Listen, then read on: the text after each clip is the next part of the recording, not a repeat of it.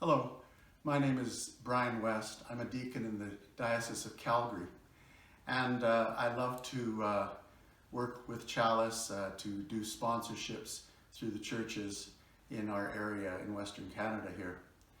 What I would like to do today is reflect on the woman at the well. This is our reading, the first scrutiny that we have for the third Sunday in Lent. And I guess there are so many layers to the story of the Samaritan woman. It is worth us taking time to do a bit of a lectio divina on this, because there's this layer and that layer and so on. We can find that the Samaritans, of course, were outcasts from the Jews, and here's Jesus walking right through Samaria.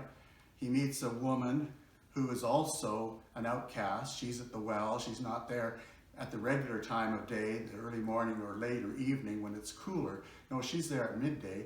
It's hot, and Jesus needs a drink as well. But the whole idea of the Samaritan woman really epitomizes someone who is looking for a better life. She's had 5 husbands, and now the man that she is with now is not her husband, as Jesus points out. But she's been looking for love in all the wrong places. And then along comes love himself, the man who is truly love, the man who can bring to her a life that is rich and full and holy. Now, she knows of the importance of God in her life, and yet she really hasn't clicked with her tradition. She hasn't really clicked with the teachings, and she's very much like many of us. And so in our hearts, we experience rebellion against God. We want to do it our way. We challenge the idea of marriage. We challenge the need for a soulmate for life. And we find that we have some attitudes about the teachings of the church. And this Samaritan woman comes along, and she's got this same kind of attitude. Where does this Jew and this Jewish man, no less, get off talking to me and asking me for a drink? We are reminded over and over again that we have to guard against a hardened heart. This woman has a hardened heart until Jesus speaks out of love to her.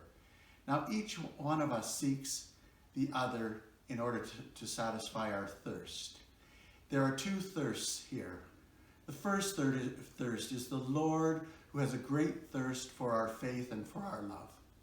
And then the Samaritan woman has this thirst for real love, not love in the wrong places. So our Lord knows he is dealing with a hardened heart, frustrated after a long time of looking for love, and therefore he knows when to be tactful, and he addresses her true thirst. He's quite blunt with her, but he tells her what she needs to do in order to satisfy her thirst. My friends, we all thirst for God.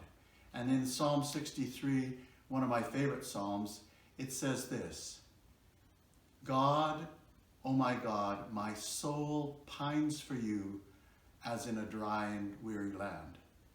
And I think if we keep that in our mind every day, that we are truly seeking God and wanting him more and more in our life. Especially at this time of Lent, we need to be looking and searching for God, who only can satisfy our thirst. God, my God, you I crave.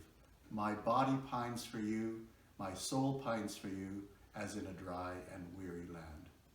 God bless you this Lent.